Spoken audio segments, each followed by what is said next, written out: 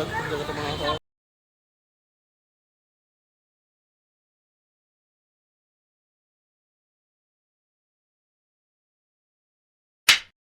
Guys, welcome to my channel Karmakar Rahul vlogs. আশা করছি তোমরা সবাই খুব ভালো আছো, ইভেন তোমাদের পরিবার সকলে সবাই খুব ভালো আছে।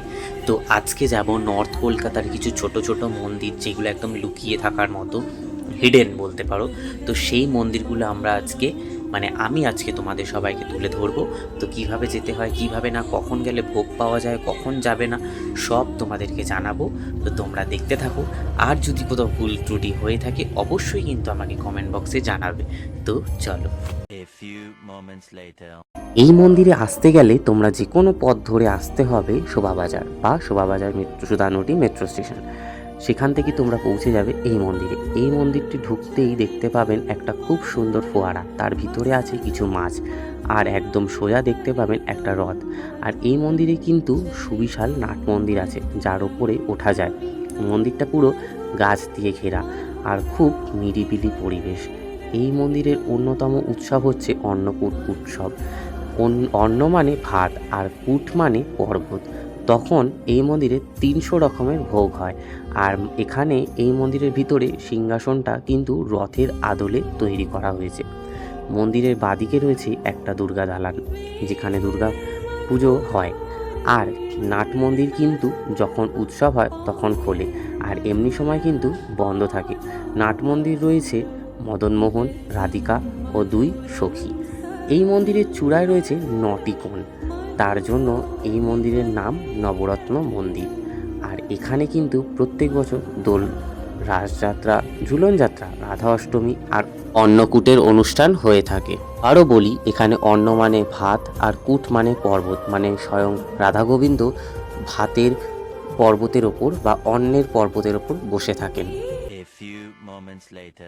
গৌড়ীয় মঠ অল্প বিস্তর তোমরা সবাই চিনে থাকো, যেটা রয়েছে বাগবাজার সর্বজনীন যে পুজোটা হয় তার একদম সামনে। এই মঠের প্রতিষ্ঠাতা ছিলেন শ্রী সরস্বতী গোস্বামী প্রভুপাদ। এই মঠটি শিলা প্রভুপাদের মৃত্যুস্থান হিসেবে বিশ্বব্যাপী গৌড়ীয় ভক্ত হিসেবে তাৎপর্যপূর্ণ। মন্দিরের উপরের অংশ ভক্তির 9টি অদ্ভুতপূর্ণ কারুকার্য দ্বারা নির্মিত। এখানে একটা মিউজিয়াম আছে, যার টিকিট মূল্য মাত্র 50 টাকা, আর সিনেমা দেখতে গেলে তার মূল্য 30 টাকা। এই মিউজিয়াম দেখার সময় হলো সকাল 10টা থেকে দুপুর 12টা, আর বিকেল 4টে থেকে সন্ধ্যে 7টা পর্যন্ত, আর সোমবার বন্ধ থাকে। এখানে ভোগ খাওয়ার ব্যবস্থা রয়েছে, যার মূল্য 90 টাকা। বাইরে দিয়ে কিন্তু কন্টেনারে করে কিনতে পারলে বাড়িতে নিয়ে যাওয়ারও ব্যবস্থা রয়েছে। খোলে সকাল 11টায়, আর 12টায় হয় ভোগ আরতি। তারপর 1:30টা থেকে ভোগ প্রসাদ বিতরণ শুরু হয়। এই মন্দিরের সামনে কিন্তু একটা খুব সুন্দর নাট মন্দিরও আছে, যেখানে বসে ভক্তরা নাম কীর্তন করে আর নাম গান করেন। এখানে ভোগ দেয়া হয় অন্ন, লাবড়া, ডাল, পনির, তরকারি আর চাটনি এবং পায়েস। তোমরা যারা যারা যাওনি অবশ্যই কিন্তু একবার গিয়ে ঘুরে আসতে পারো এই মন্দির থেকে। পরে গৌড়ীয় মঠ থেকে বেরিয়ে সামনেই দেখতে পেলাম শীতলা মাতার মন্দির। শীতলা মাতাকে দর্শন করে আরেকটু এগিয়ে গিয়ে আরেকটা কালী মায়ের মূর্তি দেখে ওখান থেকে আমরা অটো করে সোজা চলে গেলাম কাশীপুর মহাশ্মশানের উদ্দেশ্যে। শ্মশানের গলিতে তোমরা ঢুকতে একটুখানি হাঁটা পথেই তোমরা দেখতে পাবে এই সুন্দর দশমহাবিদ্যা মাতা মন্দির। এই মন্দির চত্বরটা কিন্তু অনেকটাই বড়। 1994 সালে এই মন্দির নতুন করে তৈরি হয়। মন্দির চত্বর খুবই সুন্দর সাজানো। এই মন্দিরে গর্ভগৃহের সামনে দুপাশে 2টো তুলসী মঞ্চ আছে। শোনা যায় ঠাকুর উদ্যানবাটে যাওয়ার সময় এই মন্দিরে আসতেন আর সময় কাটাতেন, আর তার আদেশেই শুরু হয় এই মন্দিরে ভোগের আয়োজন। এটা কিন্তু এখানকার খুব জাগ্রত মন্দির। এখানে একদম মাঝে আছে দশমহাবিদ্যা মাতা, মানে ষোড়শী মাতা।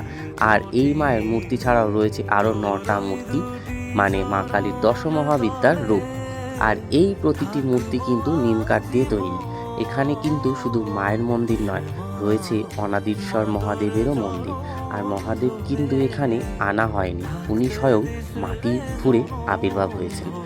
মায়ের মূর্তিগুলির একদম পাশেই আছে তার শিবলিঙ্গ, আর মন্দিরের বাইরে আছে 4টে শিবলিঙ্গ। এখানে একটা কাঠের বাক্স আছে, ওর মধ্যে আছে চরণামৃত, যেটা যার যার মতো শেষে নিয়ে নিতে পারবেন। ওখান থেকে বাসে বা অটো করে চলে আসতে হবে কাশীপুরের একদম মোড়ে। তারপর একদম ডান দিকে একটু হাঁটা পথে 2টো মন্দির, তার মধ্যে প্রথম হলো এই মন্দির। আজ থেকে বহু বছর আগে চিতপুর ছিল ডাকাতদের আখড়া। তখন গঙ্গা থেকে নিম কাঠ ভেসে আসায় সেই কাঠ দিয়েই বানানো হয় দুর্গাদেবীর মূর্তি। তারপর থেকেই গঙ্গার পাড়ে পূজিত হয় মা দুর্গা। তারপর চিতে ডাকাতের মৃত্যুর পর এই পুজো বন্ধ হয়ে যাওয়ায় এক তান্ত্রিক নৃসিংহ ব্রহ্মচারী স্বয়ং মায়ের আদেশে শুরু করে এই পুজো। আর পরবর্তীকালে ১৬১০ সালে এই মন্দির প্রতিষ্ঠিত হয় চিত্তেশ্বরী দুর্গা মন্দির নামে। আর এই মন্দিরে কিন্তু নরবলিও হতো আগে। এই মূর্তিটি ছিল সিংহবাহিনী। একটা অন্য জিনিসও দেখতে পেলাম, মায়ের সাথে কিন্তু বাহন হিসেবে বাঘও আছে।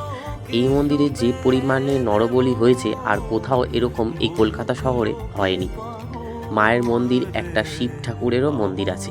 এই মন্দিরের নাট মন্দিরটাও খুব সুন্দর। এবার তার ঠিক পাশেই আছে কাশীপুরের সর্বমঙ্গলা মন্দির, ঠিক ৫ সেকেন্ডের হাঁটা পথ। এই মন্দিরের আদলটা একদম পুরো চিত্তেশ্বরী মন্দিরের মতো। শোনা যায় এখানে দেবী ছিলেন দক্ষিণমুখী। একবার সাধক রামপ্রসাদ সেন গঙ্গা বক্ষে ভ্রমণের সময় অপূর্ব সুন্দর সুরে গান করছিলেন। তার গান মাতৃহৃদয়কে উন্মুক্ত করে। গান শোনার উদ্দেশ্যে দেবী মূর্তি পশ্চিমমুখী হয়ে যায়। সেই থেকে আজও দেবী পশ্চিমমুখী। এই মন্দিরে নরবলি প্রচলিত না থাকলেও শাক বলির প্রথা কিন্তু ছিল। এখানে সর্বমঙ্গলা দেবীর বাহন সাদা সিংহ, আর পায়ের নিচে মহিষাসুরের মুন্ড রয়েছে। তাহলে ঘুরেই আসো এই মন্দিরগুলো থেকে একবার। হোক, তো আজকেও খুব ভালো মজা করেছি।